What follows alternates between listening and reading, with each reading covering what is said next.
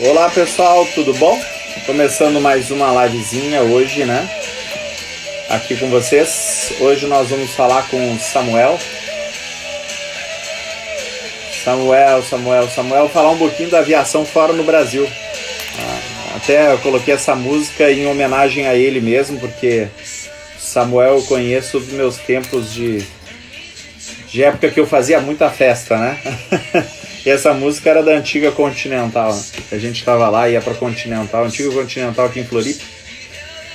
Samuel tem bastante experiência aí na área da aviação, foi instrutor, né? De voo, é piloto de linha aérea hoje. E a ideia do nosso tema hoje é falar um pouquinho sobre a aviação fora do Brasil. Deixa eu botar até o tema da live aqui. Gente, eu não sei se é com vocês, mas o meu Instagram hoje tá uma loucura, assim. A gente não consegue... Tá travando muito, assim. Se caso der algum problema, lembrando que a gente tá falando de casa, né? Então, se der algum problema, é em virtude disso, tá bom? Eu já convidei o Samuel aqui para participar do nosso bate-papo de hoje. Oi, Samuel, tudo bom? Opa, Juan, tudo bem? Eu Tudo estava bom? falando que essa música aqui eu botei em tua homenagem porque na época da antiga Continental, né? Opa, show de bola, Tava lembro, lá lembro. eu, tu, o JB, o Moraes. O JB hoje está na Gol, né? Época O Moraes boa. está lá fora também voando, né? Nos Emirados. E tu aí no Panamá, né? Exato. Fazendo os voozinhos aí fora do país. Uhum. Como é que pode, né? A gente que tá tudo aqui junto. Vida de piloto, né? Exato. Vida de piloto é assim, a gente às vezes não tem muita raiz, né? Exato, vai para um para cada canto, né? Não tem, Mas continua tudo conectado. Hoje a internet ajuda nesse sentido, né? ajuda bastante, é verdade. Hoje em dia a gente está se vendo quase todo dia e falando com todo mundo aí quase todo dia, né? Só a única Bem por aí. depende somente da hora mesmo, do fuso horário. Samuel, vamos ver, além de todos saberem agora que tu gosta de YouTube, eu botei aqui a música, eu quero que tu me fale um pouquinho assim, fala um pouquinho da tua experiência na aviação, se puder falar até para as pessoas que estão nos assistindo aí. E só que antes de pedir para fazer o seguinte, gente, nessa parte de comentário que eu estou vendo aqui, a Rosa Ivone botando que vou comentar, eu vou dar um acenar para ela aqui, pro pessoal. Nessa parte de comentários, eu não vou conseguir ler a pergunta para o Samuel, tá bom? Então, se vocês quiserem fazer alguma pergunta para o Samuel, que está voando lá no Panamá hoje, clica no pontinho de interrogação que tem do lado e escreve ali a sua pergunta, que daí eu boto na tela aqui para a gente ler junto e responder, tá bom? Então vamos lá, Samuel, consegue falar um pouquinho aí da tua experiência na aviação aí? O que tu pode contar pra gente? Como é que tu entrou aí, né? Foi pro Panamá, vamos dizer assim. Então, eu comecei na aviação há muito tempo atrás, né? Foi lá em 1998, mais ou menos quando a gente se conheceu, né, Juan? Por aí. Foi. Então, comecei curso piloto privado, como todo mundo, e terminei lá mais ou menos pelo ano 2000, curso piloto privado, foi um pouco lento. E depois disso, já começou, naquela época, uma crise na aviação e eu acabei deixando meio que de lado para tocar outros assuntos que eu tinha na época, né? E aí fui morei fora um tempo e voltei depois de 10 anos, mais ou menos. Isso foi em 2012, quando eu regressei aí ao Brasil para continuar terminar os meus cursos, rechecar as carteiras que eu já tinha e entrar na aviação de forma profissional, né? Comecei como instrutor de voo no Aeroclube de Santa Catarina e fiquei lá por mais ou menos 2 anos e meio dando instrução, né? Instrução prática, algo de instrução teórica também. E depois desses 2 anos e meio no Aeroclube, voei alguma coisa na aviação geral, né? Aviação pequena, aviação particular, aí de motor, monomotor. E então, sempre buscando a linha aérea, né? Que era o que eu tinha como objetivo na época. Não apareceu nenhuma oportunidade aí no Brasil. O mercado estava um pouco saturado naquela época. Depois começou a aquecer um pouco, mas aí veio mais ou menos junto com essa oportunidade de voar fora do país. Eu já tinha os mínimos que a empresa pela qual estou voando agora pedia, então eu participei de um screening que eles fizeram e do processo seletivo e a partir daí eu acabei vindo pro Panamá voar aqui nessa empresa, né? Isso foi no começo de 2018, né? Faz 2 anos que eu estou aqui agora, né? Voando aqui fora. Então, O processo aqui foi relativamente parecido com o que no mundo inteiro, né? É um processo seletivo meio padrão aí para todo mundo, um pouco exigente, e o treinamento também, nada fora do comum aí do que as outras empresas acabam cobrando no resto do mundo, né? Eu acho que isso é meio que um padrão, tanto no Brasil como aqui. Sim. Então, foi mais ou menos por aí que aconteceu, né? Mas estou há muito tempo na aviação, porém, profissionalmente, e aí uns 8 anos, mais ou menos, né? Uhum. Até legal assim dizer, porque a aviação ela tem muitos padrões, né? Então a diferença daqui para aí, o voar, o avião é a mesma coisa. Acho que tu voa Boeing, né? 737? Boeing 737NG, sim. Sim, sim. Ô Samuel, tu tá voando no Panamá, até para as pessoas entenderem, como é que Sim, funciona a exato. aviação? Porque aí tem uma característica que é um grande hub, né? Porque o Panamá não é aquela coisa que tem. Como é que é a aviação doméstica, como é que é voo internacional, até para as pessoas entenderem. Ela tem característica bem diferente do que é no Brasil, né? Exatamente, ou seja, é um país bastante menor, né? Bastante menor que o Brasil, então não suporta uma aviação doméstica muito grande, né? A aviação que tem regional aqui, ela é uma aviação bem diferente, né? Ela é feita com... É uma aviação regional pequena, né? Não tem essa característica que tem no Brasil, e que tem muitos aeroportos, são pouquíssimos aeroportos aqui, então a grande maioria dos voos que a gente faz é internacional, né? A nossa empresa tem realmente só um voo doméstico aqui dentro do país, né? O resto são todos voos internacionais. Justamente pela característica essa de conexão que ela tem, né? De hub, né? Com o aeroporto aqui internacional, ela usa esse hub para conectar aí a América do Sul, América Central e América do Norte, né? Uhum. Ela fica bem no meio, né? Um posicionamento É, estratégico bem importante nesse sentido. Até para outras exato. empresas que fazem Europa também, né? Mas eu não sei se a tua chega a fazer Europa também, não. Não tem nenhum voo para a Europa. Sim, ela conecta com empresas, né? Que voam para a Europa, né? Tem algumas companhias que operam aqui em Tocumen que vão para a Europa, para a China, tem voo também. Até para que as pessoas entendam assim, Samuel, uma das coisas que a gente vai fazer aqui, a gente não vai entrar muito em nome da empresa, nada, porque o Samuel não está representando a empresa, não está podendo falar o nome da empresa, mas até para que vocês entendam essa característica de hub, o quanto ela é importante, às vezes, essa questão do localização e essa estratégia de posicionamento da empresa, e aí trazer até um pouquinho para o Brasil, por que as pessoas perguntam muito, por que o hub, por que a base é em tal lugar, porque isso tudo tem uma estratégia por trás, né? Essa empresa que tu tem, Samuel, tem mais ou menos quantos pilotos, mais ou menos, para o pessoal ter uma ideia de tamanho, assim, porque diz assim, só trabalha com voo internacional, ligando Sim, América do Sul, Central e América do Norte, a empresa deve ter meia dúzia de pilotos, que tamanho, quantos pilotos tem mais ou menos? exato. Ou seja, nós temos mais ou menos, a empresa tem mais ou menos ao redor de 50 aeronaves, né? Aí uma frota a grande maioria é Boeing 737NG, né? Versão 700 e 800.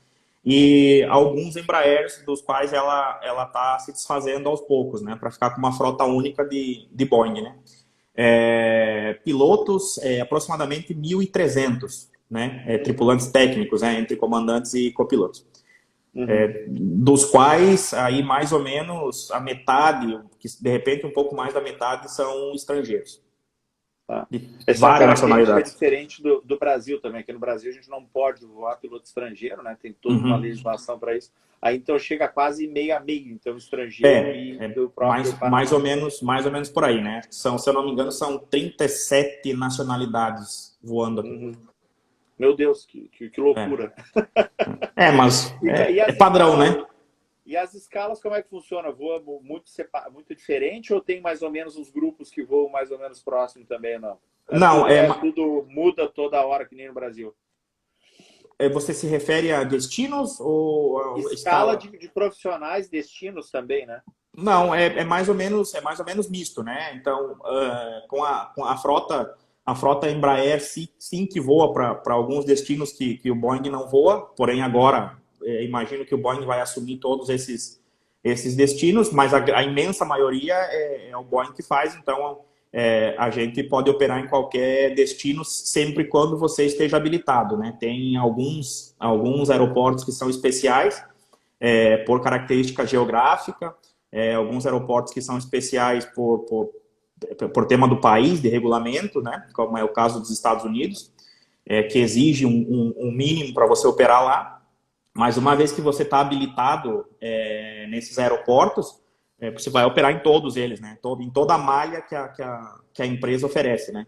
E quanto à escala é mais ou menos parecida, assim, é uma média de 66, esse é o que ela mais ou menos é o mínimo de hora que a gente voa, são 66 horas, podendo voar até, no caso aqui, 100 horas mês, né? Que é o regulamento que permite voar no Panamá 100 horas mês, né?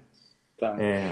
Mas aí tu não tem, tu voa, na verdade, com todas essas nacionalidades, não tem aquele grupo de Exato, não brasileiros, tem. não, é tudo Não. misturado. Não. É tudo misturado, exato. É tudo, você voa com todo mundo.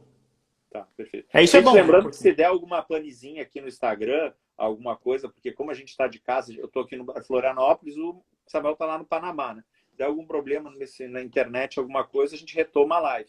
E as perguntas, elas são feitas nesse pontinho de interrogação que tem ali. Eu vi que o pessoal perguntou até ali no comentários a respeito de se tem que estudar muito para ser piloto.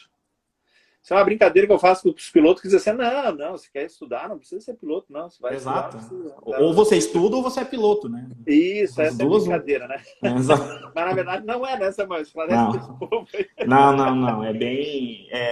Na verdade, assim, né? Eu considero que não tem nenhuma profissão no mundo que a gente seja tão examinado de todas as formas como na aviação, né? Então, pelo menos uma vez ao ano, aí até chegar a uma certa idade, você vai fazer um reconhecimento médico relativamente extenso, que você tem que passar por ele.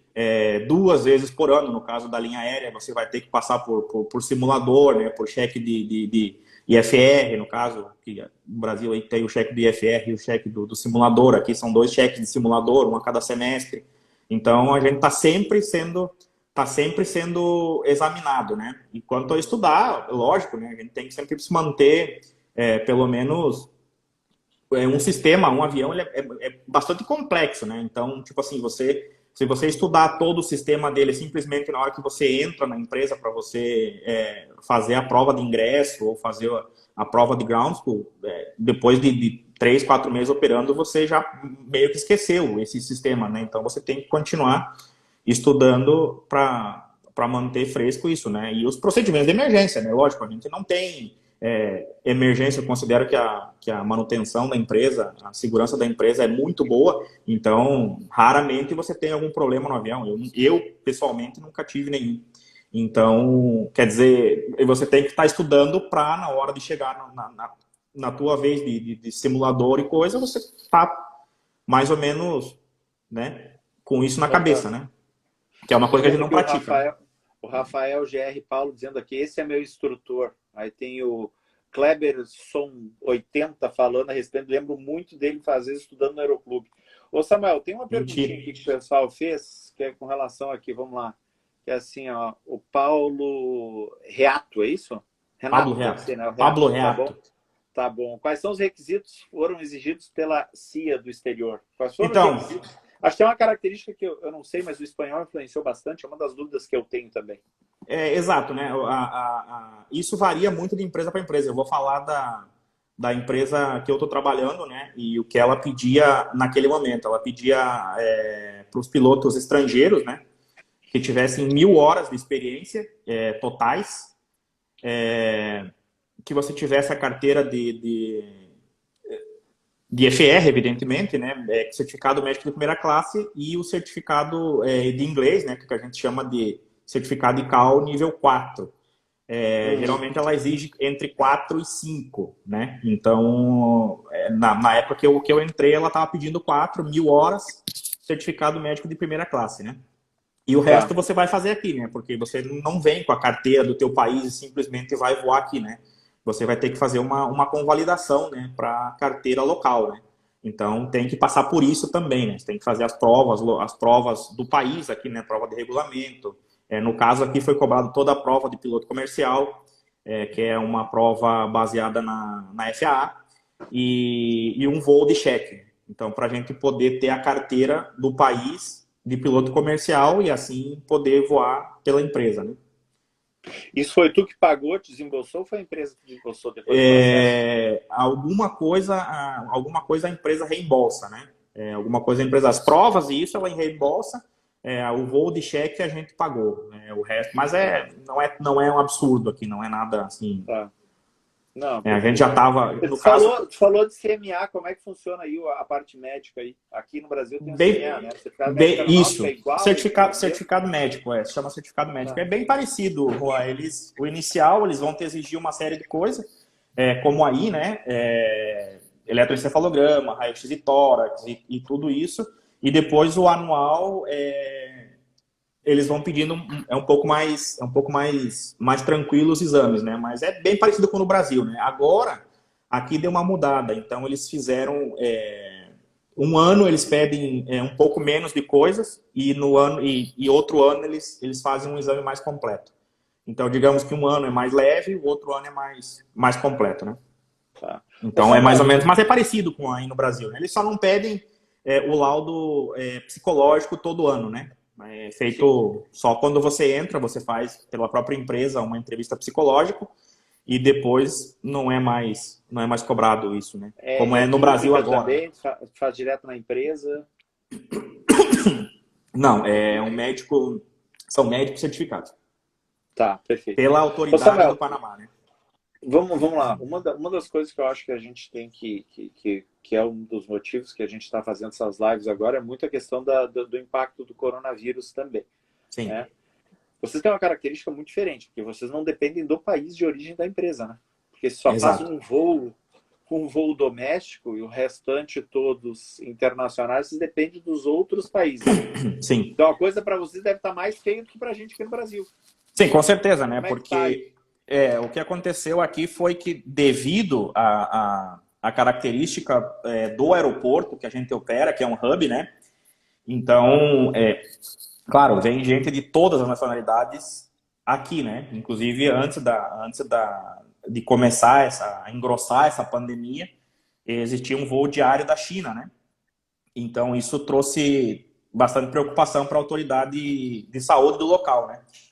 E uma vez que os países, a Copa estava operando de forma relativamente normal, e uma vez que os países começaram a fechar as fronteiras, claro, foram diminuindo os voos, né? E até que o próprio país, a própria autoridade sanitária local aqui, o governo, decidiram proibir qualquer voo internacional com passageiros, né?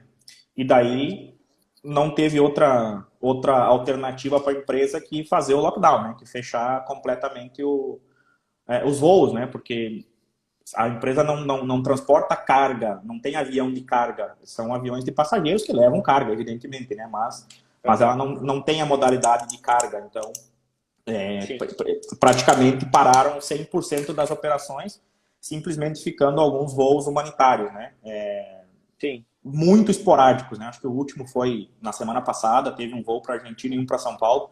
Eu fiz um voo para Brasília, humanitário, isso foi ainda em março, no final de março, e até então eu não voei mais, né? A empresa tá parada, todos os aviões estão estacionados. Então, essa é a característica, né? Todos os aviões parados que não estão recebendo. Esse humanitário é mais para trazer passageiros de volta para o seu país de origem. Exato, para repatriar pessoas, né? Então, geralmente são os governos, através das embaixadas, que solicitam, né? Pessoas que estão presas em outros países, né? Que a Copa opera. Então, tinha muitos que estavam aqui no Panamá, outras nacionalidades que estavam, por exemplo, no Brasil, que precisavam ser repatriadas para outros países, e daí são pedidos esses voos humanitários que precisam de uma série de autorizações e tal para acontecer, né? Ô Samuel, a gente estava conversando um pouquinho antes, aí não tem aquela coisa chamada de licença não remunerada, né? Aí é um pouco diferente, né? Sim, como tem. É que funciona essa parte aí? Sim, tem, né? Mas como eu imagino que em todos os países, ela não é uma coisa que a empresa possa te impor, né? Então, ela é voluntária, né? A empresa pode oferecer e as pessoas vão aceitar ou não, né? Vão aderir ou não, né?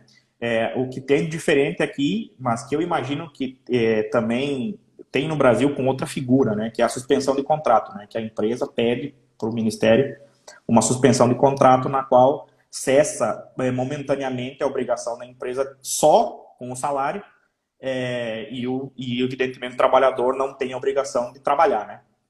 Então não cessa completamente, né? Continuam com seguros, com com benefícios e coisas continuam funcionando, porém, claro, a gente não pode usar benefícios porque a empresa está parada, né? Mas simplesmente é uma suspensão, digamos, de pagamento e de obrigação do empregado aí trabalhar, né? Isso é renovável, isso é uma coisa do país, ela é renovável, é uma coisa que foi feita para a própria situação de emergência, né? Já tinha sido usada muitos anos atrás aqui, pelo que eu sei, mas é uma figura não é uma figura normal nem casual, né? É uma coisa que é usada nessas situações de emergência realmente. Então, para que as empresas possam sobreviver, né? Na verdade, você imagina que, claro, a Cobb é uma empresa enorme, a empresa que eu trabalho é uma empresa enorme que tem seus recursos, né? Ou pelo menos por um tempo, mas tem empresas aqui que são como os autônomos no Brasil, né? Que são pequenas empresas que não podem continuar pagando seus funcionários sem estar produzindo ou vendendo, né? Então, para isso entrou essa figura de suspensão de contrato. Ah, não foi só para aviação, então foi para todo o... Não, é geral, É geral. No Brasil, a coisa também engraçada aqui, o governador toma uma decisão, o prefeito toma outra, o presidente toma outra. A coisa fica infelizmente, né? difícil, eles utilizam as emergências sanitárias para fazer bullying político, né, no Brasil. Mas não vamos falar sobre isso, porque sim. Dá uma coisa tão complicada que tá difícil até de abrir a boca para opinar. Porque... na verdade é motivo de piada, né? Mas, é bem por aí, mas acho que é bem nesse sentido. Cada um fala uma coisa, cada um decide uma coisa, a gente fica meio assim, e agora? Qual que eu vou Exato, o que eu faço? Parado. Não, aqui tá bem restrito, né? A parte sanitária aqui tá... Eles, quando estabeleceram, foi gradativo, né? Primeiro começaram com toque de recolher aí, noturno, né? E depois isso foi apertando um pouco mais. Agora tá bem restrito a saída de casa, onde você pode circular, os horários, né? Então, aqui eles fizeram uma coisa bem restrita. Tá. A princípio está funcionando. Lembrando só, pessoal, que as perguntinhas são feitas aqui no pontinho de interrogação, tá bom, gente? Ô Samuel, agora vamos lá falar um pouquinho de perspectiva, né? Porque aí a situação de vocês tem uma outra característica da tua empresa que é diferente daqui do Brasil, que a gente estava conversando antes, que aqui no Brasil acho que 30% dos voos são considerados como turismo, né? É mais ou menos essa a média, né? Então, e as empresas aqui no Brasil, elas estão praticamente dizendo assim, esses 30% a gente não sei se vai retornar até o final do ano, porque quem é que vai fazer turismo agora? Eu vou sair daqui do sul para ir para o Ceará, lá tá pior do que aqui, ou eu vou sair do Nordeste, vou vir para o sul, para São Paulo, como é que está lá? Então, tá um pouco preocupado. E o Brasil também tem uma característica muito grande, né? Então, estou muito preocupado. E já na tua empresa, a proporção, às vezes, parece que é o inverso, né? Ela é muito mais turismo do que negócios, né? E carga. Então, como é que estão as perspectivas de retorno, assim, da empresa agora? Então, em princípio, a empresa pretende retornar com os trabalhos, com os voos, a partir do dia 1º de junho. E retornar, assim, ela está bem... A previsão da empresa é que vai começar com muito poucos voos, né? Ao redor de 10% da capacidade que a gente tinha antes de começar essa crise, né?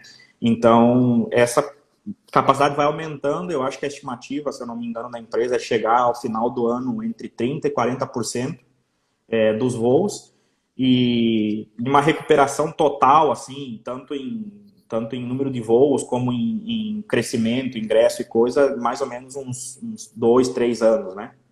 Para recuperar tudo o que ela tinha antes, né? Então, ela está sendo bem restritiva, assim. Exato. Então, ela imagina que vai voltar um 10% dos voos, e aí crescendo gradativamente até final do ano, mas é o que você fala, né? Você vai depender muito de como reagirem os outros países, de se algum país vai continuar fechado ou não.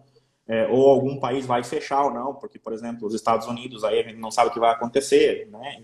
E é um dos destinos principais da empresa, então a gente não sabe o que vai acontecer, se vão acabar fechando ou não vão fechar, ou como é que vai ficar, né? Se eles vão acabar restringindo muito mais ou não. Acho que aqui na América do Sul, a Argentina também está bem restritiva também. Né? Exato, então, pelo que a gente sabe, né, pelo governo da Argentina diz que vai estar fechado para voos internacionais até setembro, né? Parece que já tem uma movimentação da IATA e da ICAO aí para tentar melhorar essa previsão que eles têm. Mas, claro, é um cliente muito importante também para a empresa, né? Tem muitos voos, muitos viajantes que vêm e vão para a Argentina, né? Então, Uhum. baseado nisso que ela está fazendo esses cálculos de como vai ser a retomada, né? E é bem pessimista, assim, mas eles têm os números, eles sabem o que vendem, né? Então, imagino que alguma E, razão devem ter para isso. tá, e deixa eu te fazer uma pergunta. Tu tá aí no Panamá, agora tu tá parado, né? Vim para o Brasil, não vim para o Brasil. Até tem como tu vir para o Brasil? A pergunta Só mesmo. é essa. Hoje só com voo humanitário, né? Só através de se houver algum voo e a embaixada assim permitir que esses voos sejam para residentes, no caso daqui, né? Porque Uhum. muitas vezes eles pedem os voos para pessoas que são turistas, né? Ou seja, não para quem tem residência fixa aqui.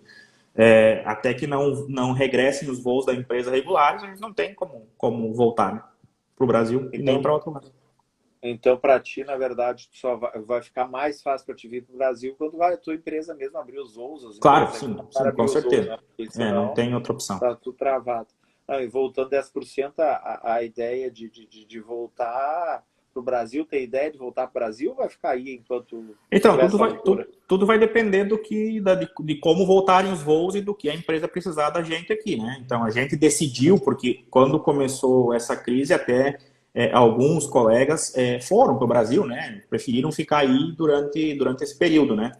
E estão aí. Então, a gente optou por ficar aqui, né? Para, no caso de a empresa precisar, na hora que voltassem os voos, a gente está aqui, né? E como aí no Brasil também a gente ia estar meio que Aham, preso, né? Então, prefiro ficar aqui mesmo. E vai voltar quando aham. puder, né? Não, Não tem tranquilo. planos assim agora de voltar. Aham. Não, não, mas tranquilo. Acho que essa ideia também, acho que a tua esposa também tá aí também, né? Trabalha, tudo mais, é mais puxado, né? Sim, exato. Tem essa Aí, parte aí, também. aham. Bom, mas Samuel, deixa eu te fazer um pedido. A gente já está chegando no final da nossa live aqui. Eu queria te fazer um pedido. Assim, se tem alguma mensagem para passar, eu vi muita gente perguntando, às vezes, até como é que é para voar aí fora, características, se precisa estudar muito para ser piloto. Se tem uma mensagem que quer deixar para esse pessoal aí que está no mundo da Ah, aviação e tudo mais. todo trabalho, né, que exija um profissional para fazer, necessita que esse profissional esteja preparado, né? Então, é nossa obrigação, como profissionais da aviação, estar preparado e estudar e se manter, o que a gente fala, corrente em tudo que a gente precisa, né? Tanto a nível de voo, como a nível de conhecimento para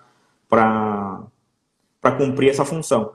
É, a crise na aviação, houveram muitas, né? Desde que eu tô na aviação comercial profissionalmente há 8 anos e já passei por pelo menos duas crises, né? Duas ou três assim crises no Brasil. O Brasil é um país que a cada 2, 3 anos aí tem uma crise, né? É cheio de A muito gente está altos. tendo até muita crise, ó.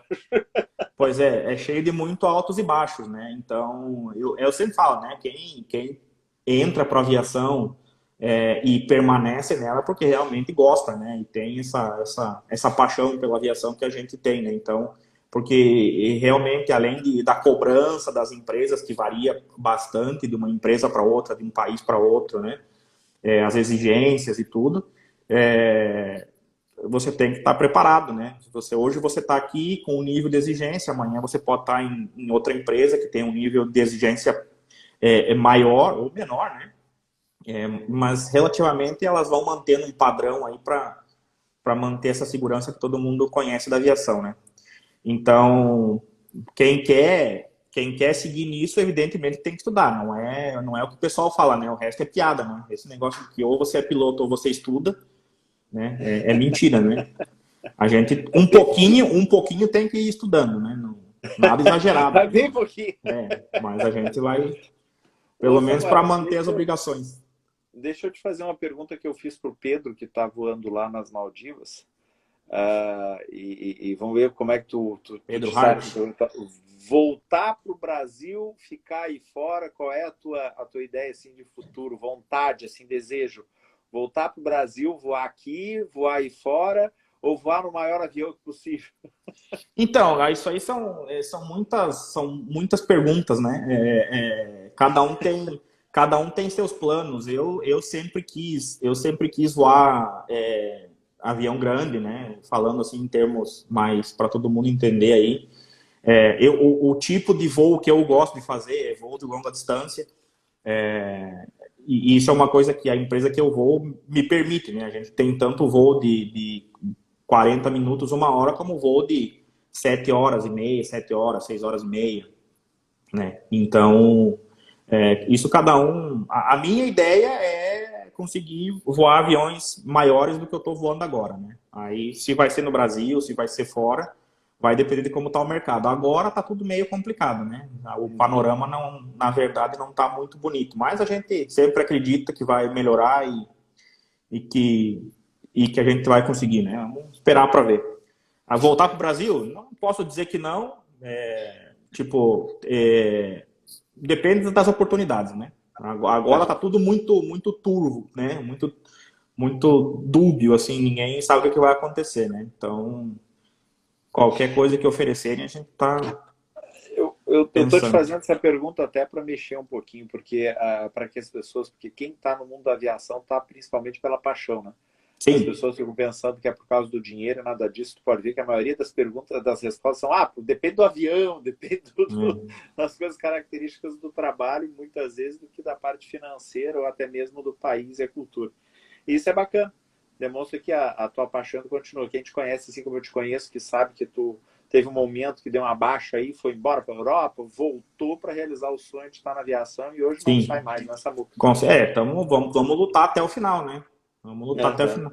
E isso do dinheiro é uma coisa muito relativa, né, cara? Dependendo da empresa que você voa, você não tem tempo nem de gastar o dinheiro que você ganha, né? Então, entre família e trabalho, não sobra muito tempo, mas não é o que todo mundo pensa, não, a parte financeira.